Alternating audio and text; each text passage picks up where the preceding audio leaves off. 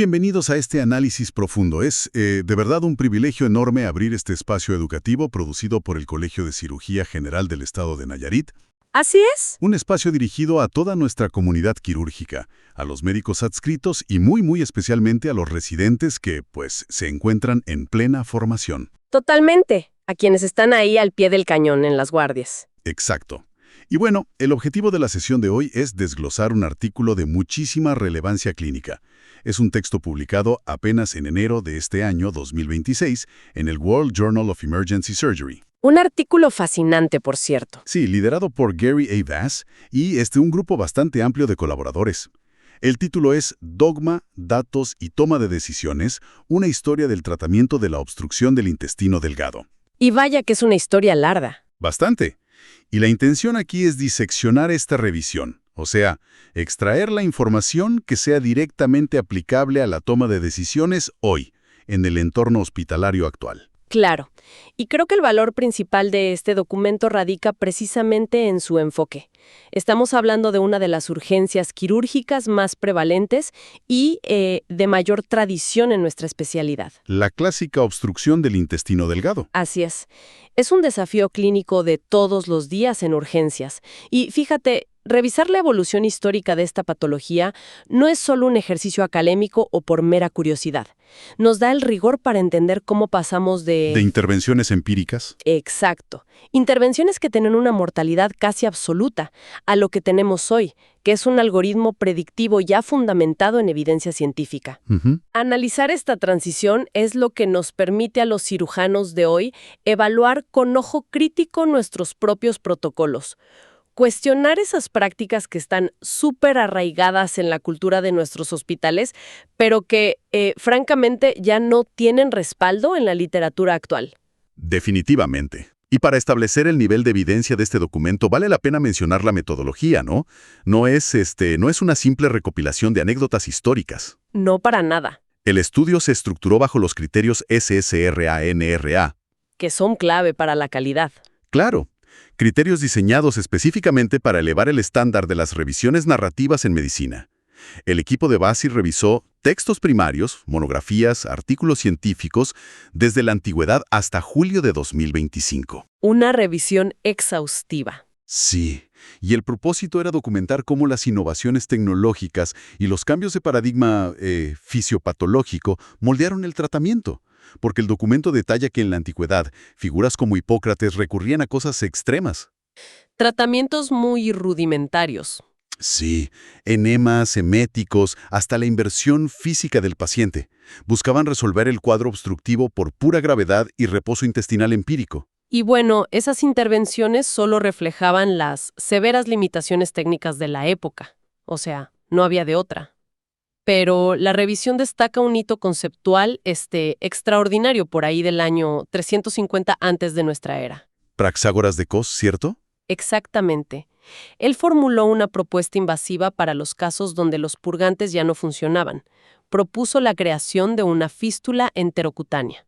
¡Wow! Desde nuestra perspectiva moderna, proponer la exteriorización del intestino para descomprimir en una época sin anestesia, sin antisepsia, sin soporte hemodinámico. Es una audacia intelectual monumental. Totalmente. Obviamente, el riesgo de sepsis abdominal hacía que estos pacientes invariablemente fallecieran.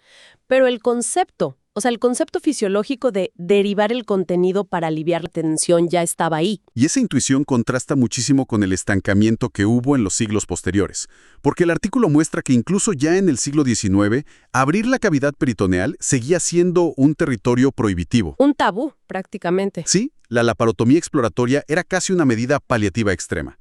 Y tiene lógica. Digo, antes de la anestesia con éter en 1846 y de que Joseph Lister estandarizara la antisepsia en 1867, abrir el abdomen era una sentencia. Provocaba un choque neurogénico por dolor agudo y peritonitis fulminante. Así es. Y el avance hacia una cirugía ya más sistematizada no se dio sino hasta la década de 1880. El texto resalta mucho a Sir Frederick Treves en el Reino Unido. Claro, 1884. Exacto.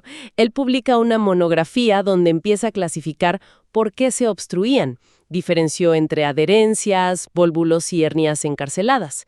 Y propuso una estrategia de control de daños interesantísima, un abordaje de 2 tiempos. Primero, descomprimir. Sí, una enterostomía descompresiva rápida. Y ya en un segundo tiempo, claro, si el paciente sobrevivía a eso, resecar el intestino gangrenado. Pero aún así, las estadísticas que citan son lapidarias. Para el año 1908, a pesar de tener ya antisepsia y anestesia, la mortalidad seguía rondando El 60%. Exacto, un 60% de mortalidad. Operar seguía siendo un evento de riesgo extremo. Es que esa cifra, ese 60%, nos subraya que la pura técnica quirúrgica no servía de mucho sin un manejo perioperatorio adecuado. Claro. Y aquí la revisión marca un punto de inflexión crítico, ya en la década de 1930 con el Dr. Owen Wangenstein. En la Universidad de Minnesota. Ajá. Él popularizó la descompresión gastrointestinal mediante la succión nasogástrica continua.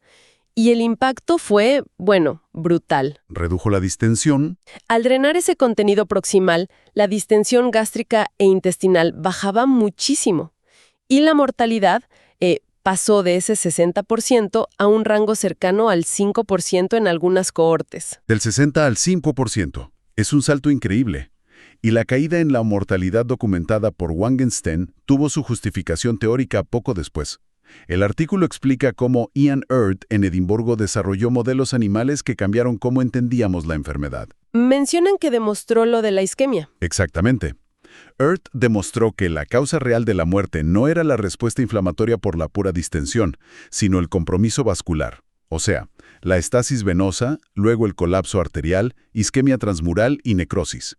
Y a la par, pioneros como Scudder y Whipple sentaron las bases de la reanimación hídrica. O sea, ya entraban a quirófano estabilizados metabólicamente. Exacto. Pero, y aquí viene lo interesante, este miedo a la progresión silenciosa hacia la necrosis que demostró Earth generó un problema de conducta en los cirujanos de la época. Ah, claro, el dogma, el famoso dogma. Ese miedo a la isquemia irreversible es el origen de esa frase que todos hemos escuchado en los pasillos. Nunca dejes que el sol salga o se ponga sobre una obstrucción intestinal. Así es. Dictaba que si diagnosticabas una obstrucción, tenías que hacer una laparotomía de urgencia en horas, sin importar la hora del día. Y aunque la intención era buena, proteger de una perforación, la revisión señala que esto impuso una presión tremenda para operar de forma prematura a pacientes que, viéndolo en retrospectiva, se habrían curado con manejo conservador. Sí, pero hay que contextualizar por qué perpetuaban ese dogma. A mediados del siglo XX, pues, ¿qué herramientas de imagen tenías? ¿Una placa de abdomen y ya? Exacto. Una radiografía simple. Veías niveles hidroaéreos y confirmabas que estaba obstruido. Pero era imposible evaluar cómo estaba la perfusión de la pared del intestino con eso. ¿No sabías si estaba isquémico o solo dilatado? Totalmente. Ante esa imposibilidad radiológica, pues la cirugía temprana era la única jugada segura. Pero el punto medular del artículo de Bass es que mantener esta misma agresividad quirúrgica hoy en día es una falacia de la tradición. Una inercia histórica.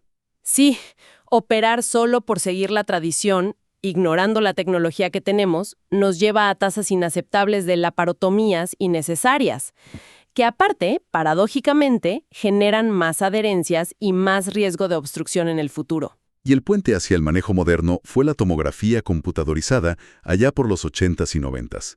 El documento es súper claro en cómo la TAC con contraste intravenoso vino a cambiar las reglas del juego. Revolucionó todo. Hablamos de una sensibilidad y especificidad de más del 95%, no solo para ver dónde está la obstrucción y qué la causa, sino la severidad. Claro, signos como el engrosamiento de la pared. O la neumatosis intestinal, o si no realza con el contraste.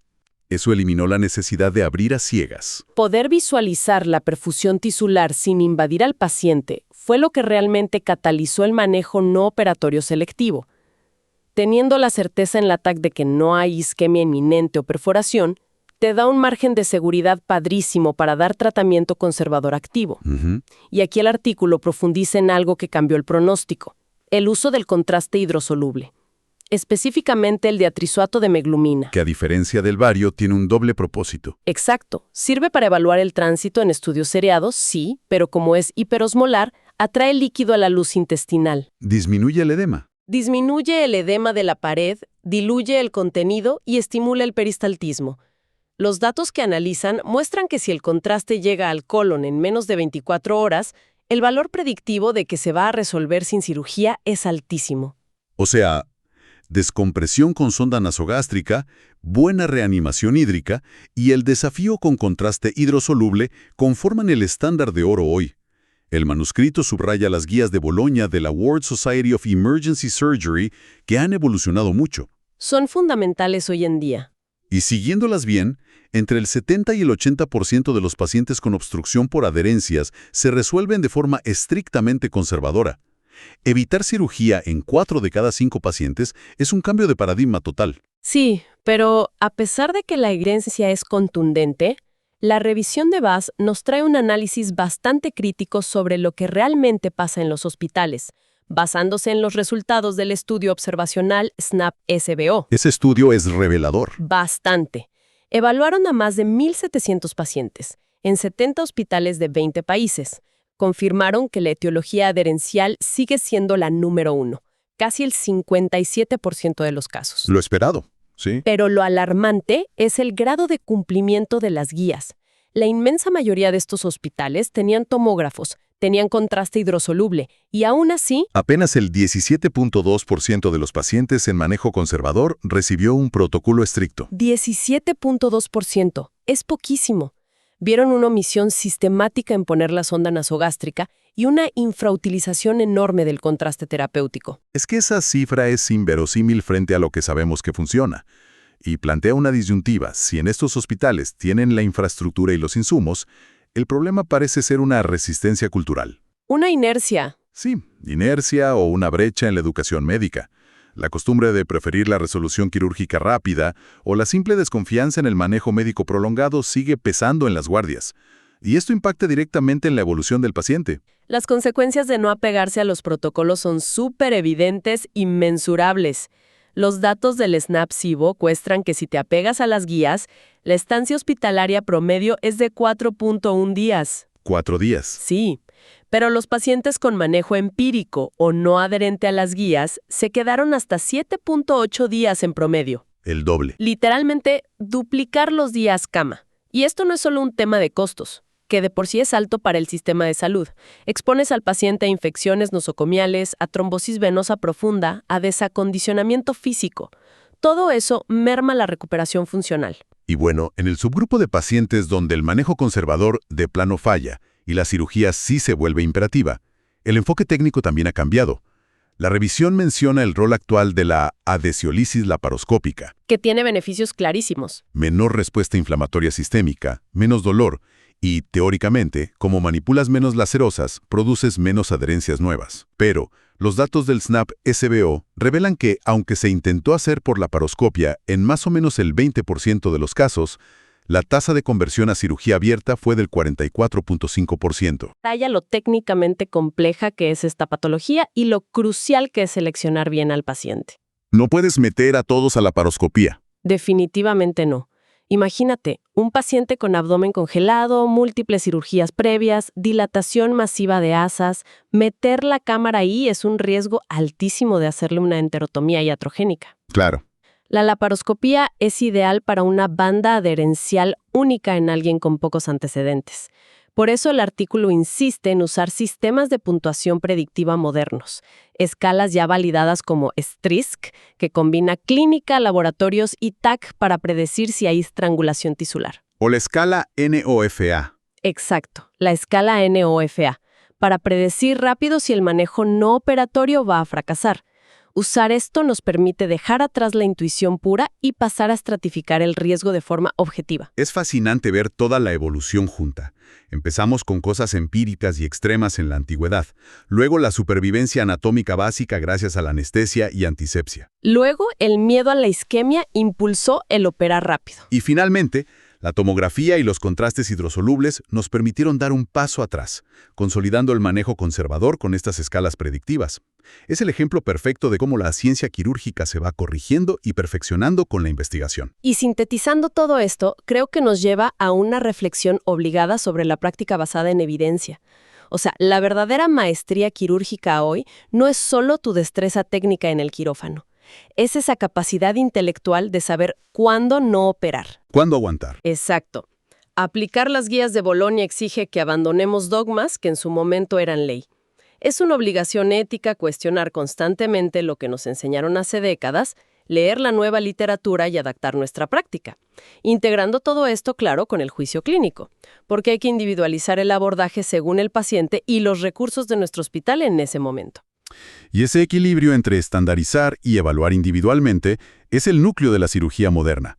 Los algoritmos nos dan el mapa seguro, pero el cirujano que está ahí en urgencias tiene que adaptar ese mapa al terreno. Resulta revelador pensar que, si el simple hecho de apegarnos estrictamente a un protocolo de descompresión y contraste reduce la estancia a la mitad y evita tantas cirugías innecesarias, ¿qué otros aforismos que seguimos aplicando en los quirófanos nos están generando complicaciones ocultas en los pacientes sin que nos demos cuenta? Es una excelente pregunta para llevarnos a casa. Antes de despedirnos, queremos compartir un aviso para nuestra comunidad quirúrgica. El Colegio de Cirugía General del Estado de Nayarit invita a todas nuestras colegas al Desayuno de Cirujanas, que se llevará a cabo este sábado 7 de marzo, un espacio pensado para fortalecer la convivencia, el intercambio académico y el reconocimiento del trabajo de las mujeres en la cirugía. Y también les adelantamos que en unos meses más tendremos nuestra tradicional cena de cirujanos, un momento especial para reunirnos como gremio, fortalecer la comunidad quirúrgica del Estado y celebrar nuestra profesión. Esperamos contar con la participación de todos. Y retomando, pues el análisis de esta literatura reafirma por qué la actualización continua es vital. De verdad, un reconocimiento sincero a toda la comunidad quirúrgica y a los médicos en formación que sacan tiempo para revisar esta evidencia. Los invitamos a seguir este espacio, a llevarse los hallazgos de VAS a sus pases de visita, a discutirlos en sus sesiones hospitalarias y a mantener esa mentalidad científica crítica. Totalmente. Fomentar ese debate en las sedes hospitalarias es lo que hace avanzar nuestra especialidad. Compartan este análisis profundo con sus equipos quirúrgicos y mantengan siempre el rigor científico en cada decisión de guardia. Les extendemos una invitación a sintonizar futuras discusiones del Colegio de Cirugía General del Estado de Nayarit. Excelentes jornadas quirúrgicas para todos.